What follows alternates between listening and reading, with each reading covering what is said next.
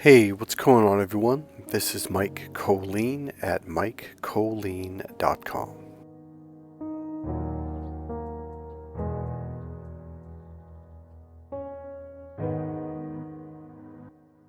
When you forgive, you set a prisoner free. Then you learn that prisoner was you.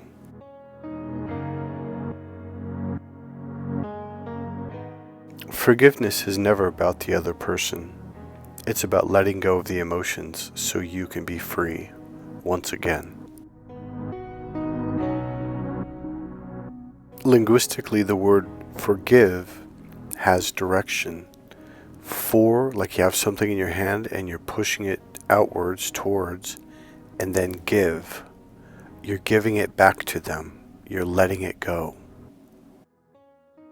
Forgive. One thing you learn in linguistics is words actually have direction, actual physical direction. And when you start to become conscious of it, you'll start to understand things on a deeper level. This is the same thing as when Buddha said, when he asked someone had said, what do you do when someone offends you? And he said, well, let me ask you a question, sir. And I think it was actually the person that was offending or trying to offend him. He said, sir, if someone gives you a gift and you don't accept it, who does that gift belong to? And after a period of time, the man had answered and said, well, I guess it belongs to the person who was trying to give it. And Buddha said, correct. So we're beginning to learn how to allow people to have their own energy. And in so doing, you begin to allow yourself to have your own energy. To become aware of it, to notice it, to just allow your energy to be.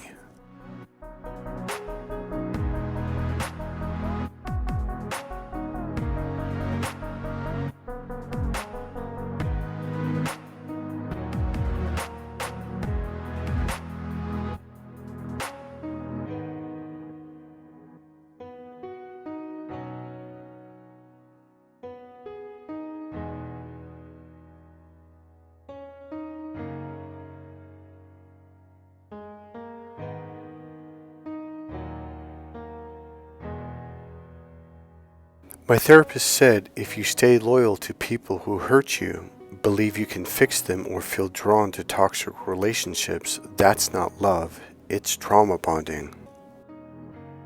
Your nervous system has confused intensity with safety because chaos once felt like home. Then it all made sense. So for most of you on this channel who've been with me since the Narcissist abuse videos I made over the last 5.5 years, a lot of your questions, not only on my channel, but I'm sure you did on other channels, was like, well, then why do I keep connecting with these people thinking in the beginning this is love?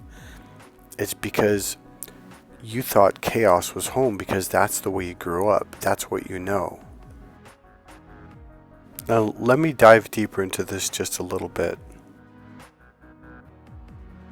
What we grew up with, we generally consider as home. In fact, I would say our emotional nervous system recognizes that as to be home, and home is safe, even when it isn't. And when we meet someone who is safe and we are comfortable with, it doesn't match our emotional nervous system's recognition for a home, which is chaos, hurt, pain, gaslighting, being lied to, being belittled. It doesn't match up to that, so it seems foreign and odd, and thus we'll walk away from loving, kind, good people that are very peaceful for us. So a long time ago, I was in my probably early to mid 20s. I went to a therapist, and she taught me one thing that really changed the trajectory of my entire life and the way I was going through life. Now, I went because my sister had said, you really got to see this lady. She's great. She's awesome. She's amazing. So after like months of being proud of them, I'm like, why? Because I was doing great. I was in college, straight A's. I had a job. I was a national champion in kickboxing. Just my life was going great. I had a girlfriend. Like everything was just amazing. So she had a history of my family from her, at least from about my mother. And she said, and this was probably the second session or third session, and I think it was the last one. She said, Michael, and there was something we were talking about. It was probably about my family or my life or something, or my mom. I don't know, something. And she said, Michael, has there ever been a time in your family's life where everything was going good? Nobody was in trouble at school. Nobody was getting phone calls from the principal. Everyone's grades were good or, good enough. The bills were paid. Your mother had money. There was food on the table and things were just good. And kind of thought about it, like, well, yeah, of course. Because there was multiple times. Now, what she did next was actually really smart. She said, and then what would happen? I remember looking at her almost like she was crazy. I'm like, well, what do you mean? And she just sat there really quietly and just kind of stared at me. She may have said, just ponder it for a moment. And it dawned on me fairly fast, probably within another 15 more seconds. And I looked at her and I said, my mother would cause something to go wrong, or she would create some kind of drama and make something up, like something's wrong when nothing was wrong. And she would yell and scream and just all kinds of chaos would just break loose. And I remember looking at her and I kind of was stunned, and she goes, do you know why? And I remember I was a young guy and I was like I just thought that was the craziest thing in the world. And she said, because your mother feels comfortable in chaos. That's home to her. And I remember saying, why? And she goes, because she grew up with it, and that's what she knows how to deal with. She has the tools to deal with those situations.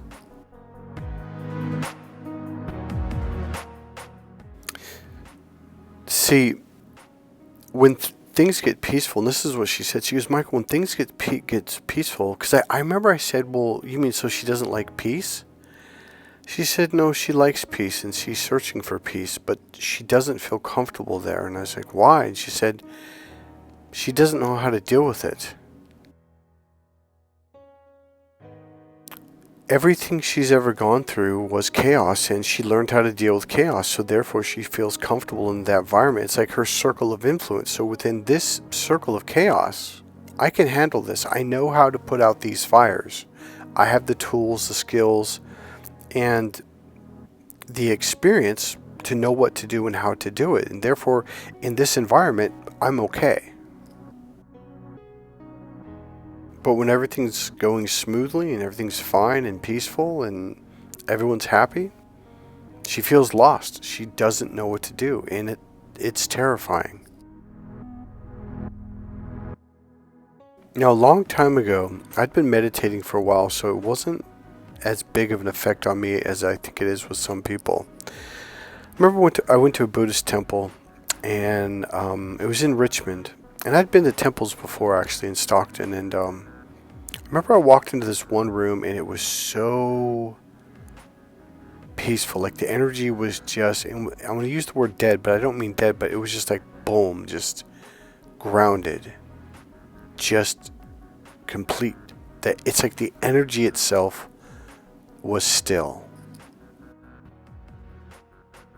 And for a moment, it kind of freaked me out a little bit. And I just asked myself, like, well, why would that freak you out?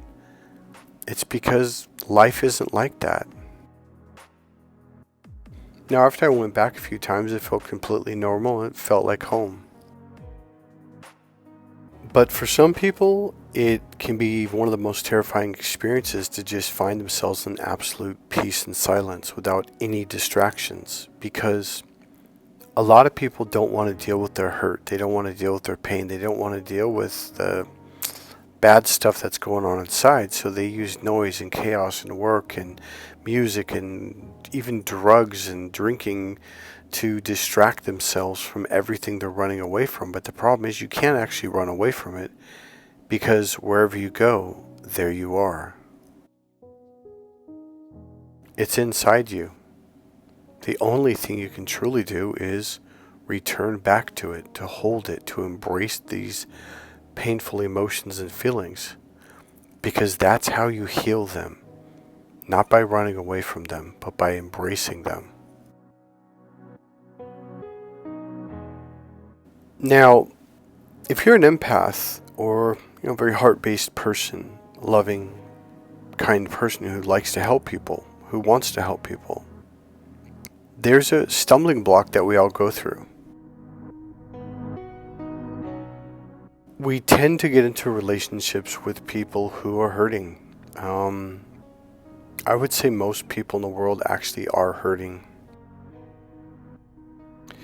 One thing I learned about relationships is you tend to connect with people that are at your level, at your trauma level, at your emotional hurt and pain, because you're going to be triggering each other to bring these issues up, to heal them. That's one of the reasons why, in the Bible and church and just in general, people say, hey, when you get married, you really need to stick it through, because now this is the part they don't tell you, because they don't know. They just, you got to stick it through. It's a job. It's a militant. You got to be. No, it's because you will help each other bring up each other's issues. And by doing this, it helps you to become conscious of them and aware of them. And slowly you begin to heal them and embrace them. That's why you should stick it out.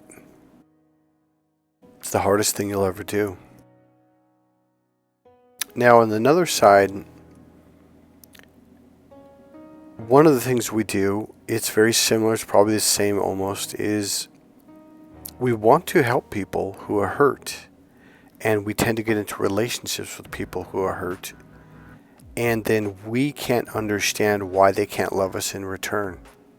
We can't understand why they're not there for us, why they're never present with us.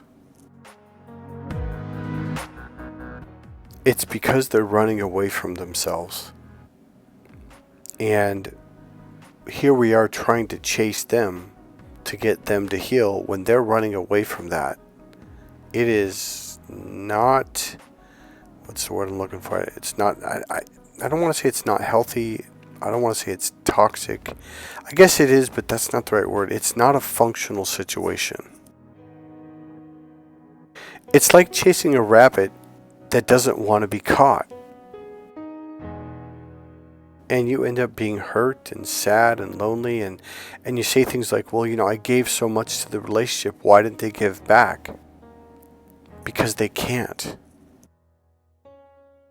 They can't open up to their own heart, let alone give you their heart. They can't be there for you because they can't even be there for themselves. They can't connect with you because they're not connected to themselves. They're running away from all of this.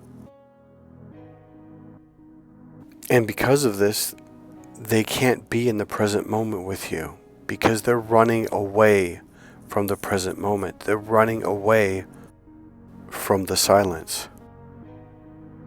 Because in that silent space is when all their emotions and issues and memories come up. And they can't deal with it. They're afraid of it.